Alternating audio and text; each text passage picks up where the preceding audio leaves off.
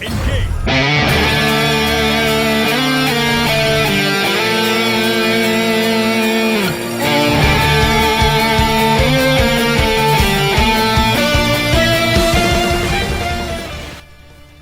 Hello everybody, Local Dummy Master Rank here to provide a successor to my original guide. The last one I made was a little bit outdated, so I figured with the update to Rising, my guide needs to update as well. A few things have changed not only with the system but with this character as well, for better or for worse. Even so, she still has a few tricks to keep her opponent on her toes. In this guide, I'll try to go over as much as I can to cover everything possible with this character. I'll try to be more organized in my ideas this time around, so I'll put timestamps and a table of contents so you can better find what you're looking for. With all that being said, let's get into the video. So the first thing we need to look at is this. What kind of character is Charlotta? Ask anyone who plays the game and they'll probably tell you she's a gorilla, unga bunga, brain dead character. But that description can be used to describe any number of characters in this game. Let's be real for just a second here. At her core, Charlotta can be described as a high-speed, strike-throw mix-up character. But again, other characters can be described the same way. So what sets Charlotta apart from the other ones?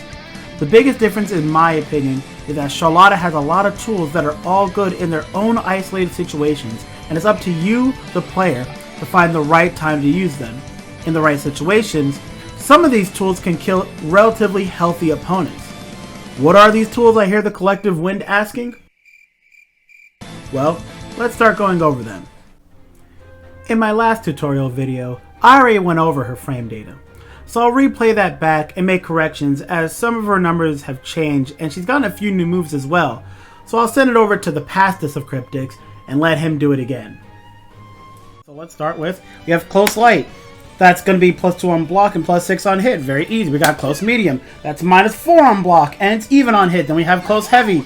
That's -2 on block and +2 on hit. We have her auto combo, which is -3, and this is -4, +1, no, -1 and then even on block, otherwise if it's on hit. Then we have her Far Light, which is -5 on block and -1 on hit. We have her Far Medium, which is -6 on block and -2 on hit. Then we have this abomination of a normal, which is Far Heavy, which is -5 on block and -1 on hit, and it's 24 frame startup, and don't use that move. Don't do it. Next we have her other buttons, her crouching buttons. We have Too Light. We have Too Light, which is -2 on, oh no, +2 on block and +6 on hit. We have 2M. That is -2 on block and +2 on hit. Then we have this other button that's really good as an anti-air now, but not good in any other situation. -13 on block, -9 on hit. It can also be charged. So it can go from 14 frame startup to 27 frame startup. But it moves you forward a little bit, so I guess that's something. We have a sweep. It's a sweep. Ain't doing nothing bad, ain't doing nothing good. -9 on block, 9 frame startup, it's okay. Now we have our jumping buttons. That's jumping light. That's jumping medium. That's jumping heavy. Some of these can cross up sometimes. Don't count on it, except for medium. Medium likes to cross up. If you can get a jumping cross up heavy, don't count on that happening all the time. And then there's JU. A good air-to-air. A good air-to-air. But other than that, you're not using it very often. Then we have her 5U. We'll get back to that in a little bit. For now we can just say that it is a counter. So, you know, go with that and just know that's what it is. It's a counter. Does good. Alright. Next she has a universal overhead. That's what it looks like. It does just like what every other universal overhead does. -4 on block, +1 on hit, you already know. And that covers all of her normals. Now, let's talk about her special moves. She has Blanc Ball, aka Shining Onslaught. 3 strengths. Light, medium, heavy. Light is -4. Medium is -12. EX is -4. You have her DP, which is -8 at best in all situations. At worst, light is -10 if they stand block it. Medium is -9 if they stand block it. And EX is -8 at all times. Next she has Sword of Lumiel. That's medium version. This is light version. This is EX. Light version is -2 on block. Medium +1 on block. EX +4 on block. Pretty decent moves. And then there's Noble Strategy. The Demon Flip. That is the light version. Light version is +1 on block. And then gets better with how low you space it. Then there's the medium follow-up, which is minus on block, -3. Don't listen to that thing's advantage. It is not plus on block. Probably if I...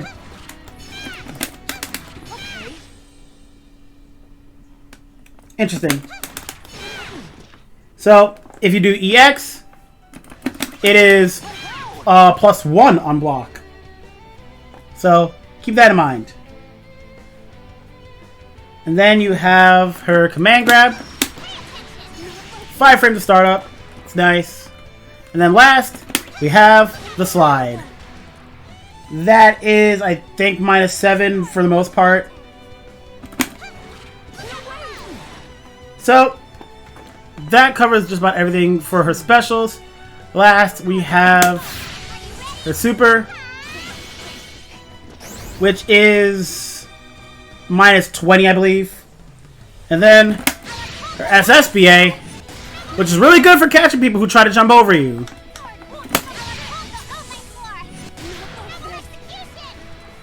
Even if you don't get both hits, it'll still be a good way to stop people from jumping over you.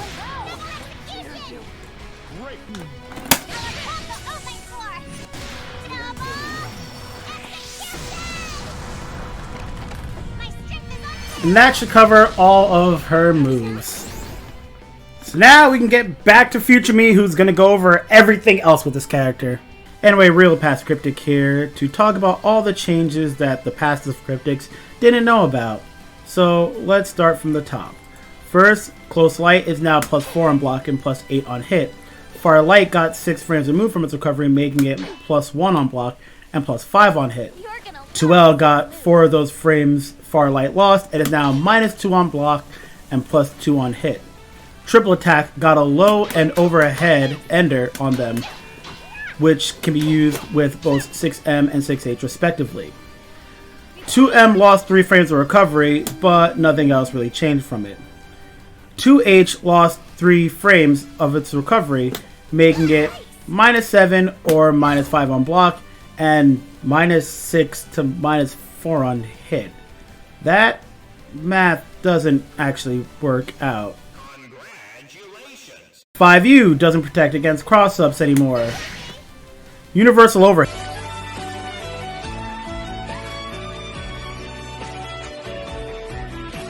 Shining Onslaught lost a couple of frames on each version. Holy Ladder is slightly less negative, losing 1 frame on medium and heavy. They're now -7 if you're ducking, and -8 if you're standing. If you're a tall character like Vasaraga, it's actually -9. With Purest Bravery, her overhead is -3 on the EX version of Demon Flip. It is no longer +1 like it was in the last game. There's still setups that can make it a little bit less negative, but this is talking about a standing opponent specifically. Under her ultimate moves, Shining Onslaught has 11 frames to start up and is -4 on block. Ultimate Holy Ladder has 8 frames to start up and is -8 on block. Ultimate Sword of Lumiel has 11 frames to start up and is +4 on block. And Ultimate Noble Strategy has 9 frames to start up and is -6 on block. So that should cover all the changes. So with that, we'll move on to the next section. Frame traps are the cornerstone of offense in Granblue. All frame traps can be countered with an invincible reversal, but the point is that frame traps are a way to catch people pressing buttons where they shouldn't be. Every character has them, and Charlotta is no exception. You'll need to learn how to utilize them to make your opponent nervous when they can press a button and let you get away with her more risky options. Let's go over some commonly and relatively useful frame trap options. I'll be using a mod that uses the frame meter UI from Street Fighter 6. I'll put a link to that mod in the description. Fun fact, this mod was actually made by a Charlotta player. So thanks for the mod, and thanks for staying dedicated to the Holy Knights. First, let's go over some basic frame traps. I'll let you know how big of a gap there is in each one. Remember that the bigger the gap, the more options your opponent can do out of each one. So keep that in mind. First, let's start with the basic ones. Close light into close medium is a 2-frame gap. Then we have full auto combo into medium sword of Lumiel. That is also a 2-frame gap. Those are the standard ones. Next we have our bigger gaps of 4 frames. We have 6XL into far light is a 4-frame gap. We have sweep into medium sword of Lumiel. That's also a 4-frame gap. Then we have 2 hits of auto combo in the medium sword of Lumiel. That is a 4-frame gap. For a 5-frame gap, we have close light into close heavy. And for our 6-frame gap, we have far light into far medium. Those are our standard ones that beat both throw and button. These will beat buttons, but they will lose to throw. So 6XL into close medium is a 4-frame gap. And then we have close light into sweep, which is a 5-frame gap. Both of these, however, will lose to throw. It pushes you forward, so it will put you into grab range. Same thing with sweep. It pushes you forward, and therefore it'll put you into grab range. Since we're on the topic of throwing, 6XL into close heavy is a 7-frame gap. Not very useful in a lot of situations, but if a person is delay mashing or is just terrified and is teching throws a lot, it will catch that. But if a person is just hitting a button, it will beat it out every single time. Using Flying Nobility can create frame traps as well. Knowing how big the gaps are will help you choose which one you want in the situation. It's important to know that Flying Nobility's advantage can change depending on where you hit your opponent. Near the knees will be about +6 at best, and near the top of the head will be -2 at worst. Keep that in mind when using it. With that, I'll be using the average data of about +1 to +3 in my calculations, as that is probably what you're most likely to get. So, using Flying Nobility into light can create somewhere between a 2 to 4 frame gap. Using Flying Nobility into medium can create a 3 to 5 frame gap. And using Flying Nobility into heavy creates a 6 to 8 frame gap. Last, these are technically frame traps, but they're very risky options. You'd just be covering negative frames with an invincible move, so if you're wrong, you'll get punished much harder than you would have if you just accepted that you lost your turn. And that is Sword of Lumiel in the medium Holy Ladder, which will catch people who press buttons on it, but if they block, you're pretty cooked. So, press a button, they get hit. Same thing with Shining Onslaught. You can cover it with a Holy Ladder, and they will get hit if they press a button. But if they don't press a button, you're just going to be -8, and they can get a big punish off. So, this covers our common frame traps. Using a mix of these with a few riskier options sprinkled in are how you can make your opponents believe that Charlotta's pressure truly doesn't end. Make sure to use these wisely and know what you need in the moment.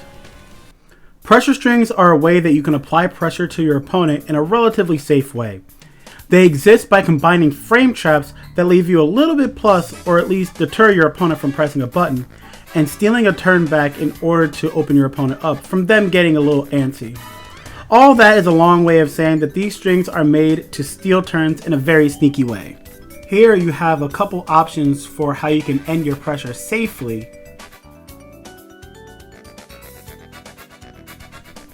And here you have a couple options that'll reset your pressure. The main difference in these strings are that they play off a fighting game concept known as turns.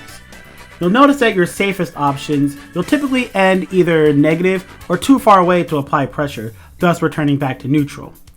In the more risky options, you make yourself vulnerable to counterattack, but if they don't seize this opportunity, then you'll be back on their face and plus. This is called stealing your turn. By combining different strings and frame traps, you may be able to bait your opponent into doing something very dangerous and getting a massive reward out of it. Pressure strings are very freeform and will sometimes vary from matchup to matchup. The strings I've shown are basically a skeleton, a starting point. You can do what works for you, but these are good options on where you can start. For example, you can do 6XL a lot sooner in your strings. You can do 6XL into 6XL, or close light, walk forward, and then close light again. Mixing frame traps into gapless strings is the basis of applying pressure and the start of how you open people up. Combos. This is one of the most important parts of Charlotta, how to really hurt your opponent. Knowing basic combo theory with this character is important as well, so when you get into a weird situation, you'll be able to quickly plan a way to make a functional combo. Things you should know is how combos work, where they work, what using different buttons can do, where combo limits at. These things are all things you should take note of. In regards to that, we can go over some of the basics. For example, after Raging Strike, Raging Chain, you get a close heavy as a confirm. After 2-2U, you get a close medium as a confirm. After 5M and EX Ball, you get a pretty tight link with a 5M in the corner. However, using sweep in this scenario gives us a heavy confirm, but using sweep will mean that combo limit will trigger sooner. Using Sword of Lumiel gives a sweep on crouching opponents everywhere, but if you're in the corner, you can get a stand heavy confirm after that if they are crouching. Those are the basic theory notes. You can use them wherever you see fit, but with this we'll be going to more of her damaging combos. So I'm going to take a backseat and shut up here, and I'll let the replays play for themselves.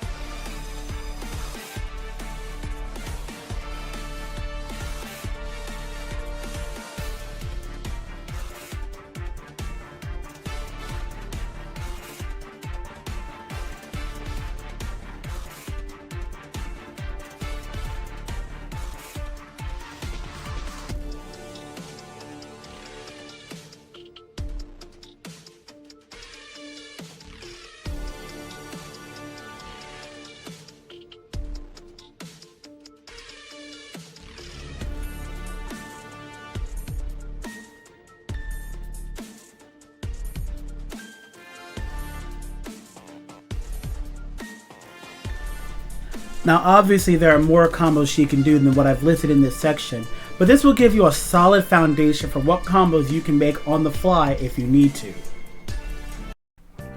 Let's talk anti anti-airs. In this section we'll mainly be talking about her grounded anti-airs, since they are the most consistent options for cutting off a person's jump.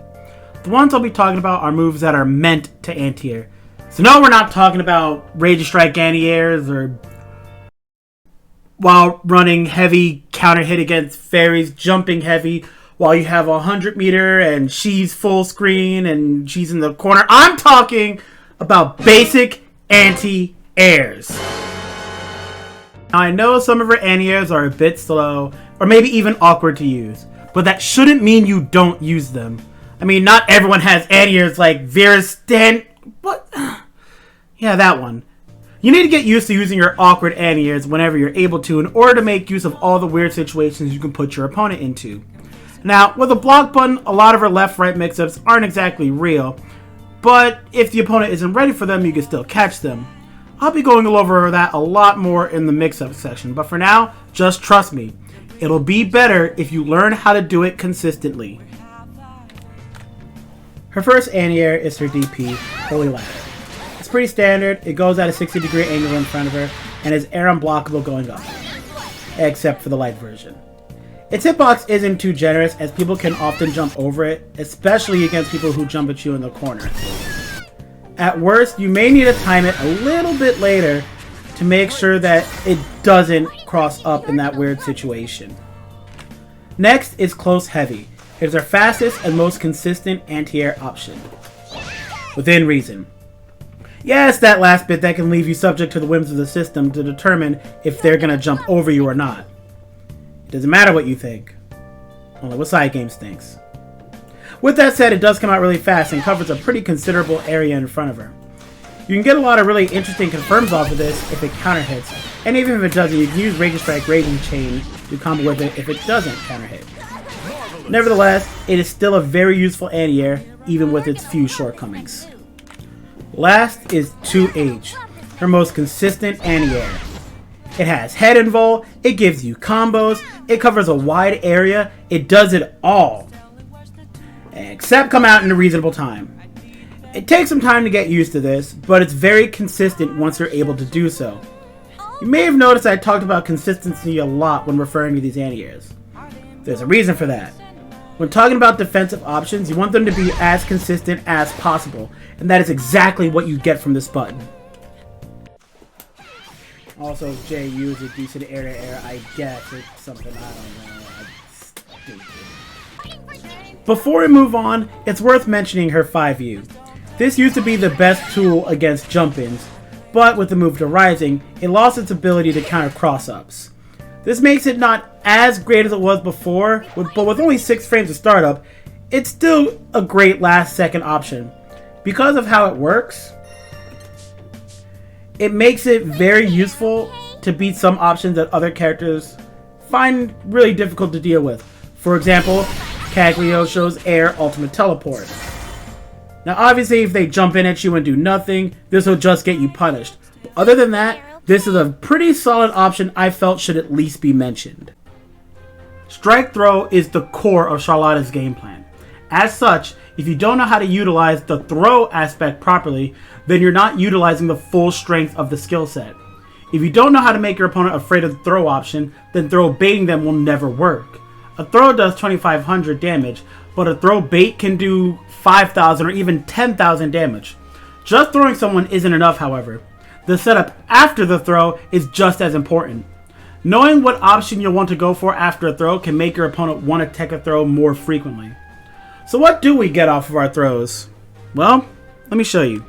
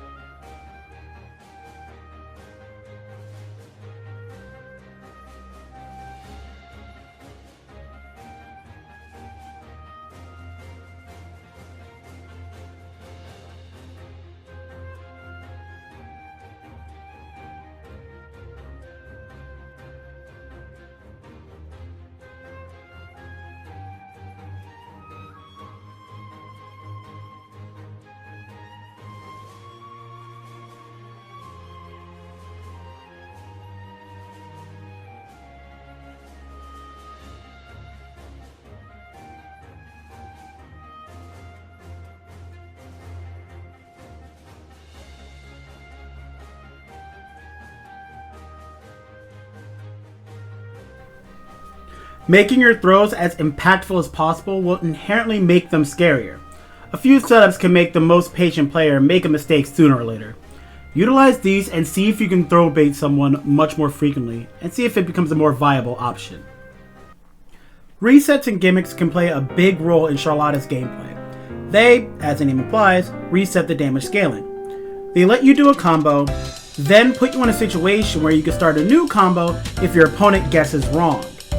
She may not need these resets to win her matches, but knowing them is more than enough sometimes. A lot of very high level players may know these setups and may know how to counter them, but that's assuming a lot. Never assume a player knows how to deal with this stuff until they prove it to you. We need every tool we can get, so let's see exactly what we have to work with.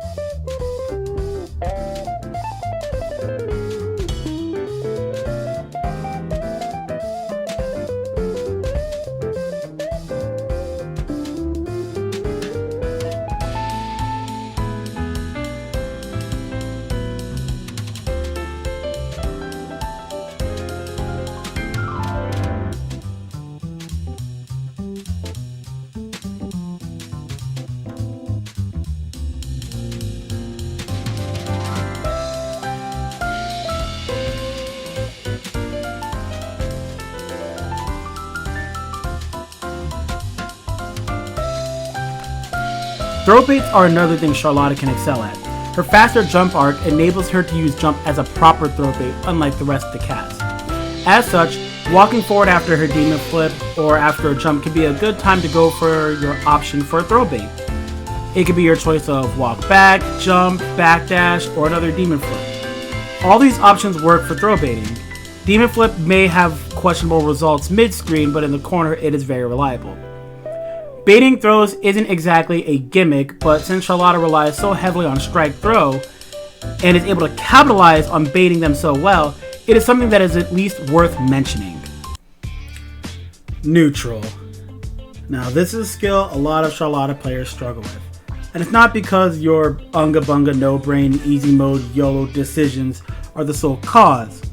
Charlotta's skills and buttons almost promote her using skills in place of her stubbier buttons. With that said, some players do rely on brute forcing neutral too much, to the point where the person shows that they can shut down their options, they crumble and fall apart. As such, you'll need to know how to slow your gameplay down and use what tools Charlotta has in order to ease your way in. And trust me, I know she has really stubby buttons and it's hard to compete with some of the more average normal characters in the game like Gran, for example. However, using system mechanics, we can almost bridge the gap and fight on par with the rest of the cast. Almost. The primary thing we'll need to focus on when playing neutral is whiff punishing.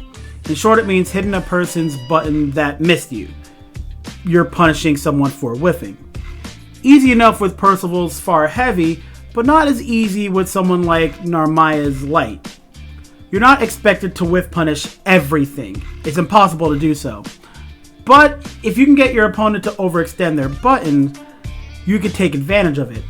Buttons like far medium and far light for Charlotta are good at accomplishing this. In both cases, you can cancel into a Raging Strike Raging Chain to confirm into a much bigger combo.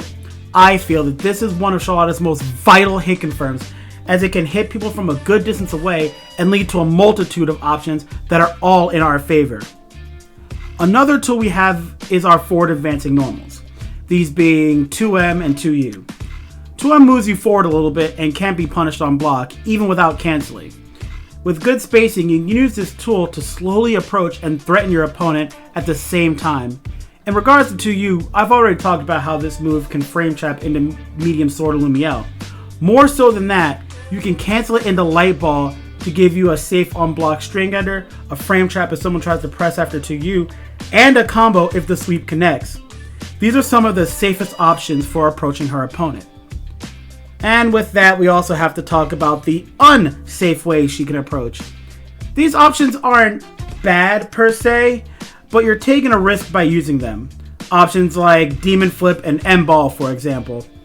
These options are widely known as neutral skipping tools. You opt to not play neutral to get a very aggressive and forceful way in. I'm not going to tell you to never use these options because they're bad or frowned upon, but it is important to know that if you guess wrong while using these options, your chance of being punished are much greater. It's up to you to decide the right time to use these options. And last, the safest way to approach your opponent. Just walk at them. You get closer, you build a ton of meter, and you're able to block whenever you want. It seems like a, well, duh kind of statement, but a lot of Charlotta players undervalue this as an option, opting to either run or skip neutral altogether. Keep in mind that walking is an option to slowly approach your opponent and study what they want to do. And I guess that covers about everything. Thank you guys for tuning into this whole video. I know it took me a long time to get this done, but I'm glad I finally got past it and hope you guys got something out of it. Thank you for everyone who helped me make this video, for everyone who was featured in this video, and for the other Charlotta players for pushing me forward and helping me get this done. I guess if I have any closing thing to say, don't use alt ball in neutral too much. Some people are looking out for it and it can get you killed. Anyway, I'll see you guys next time.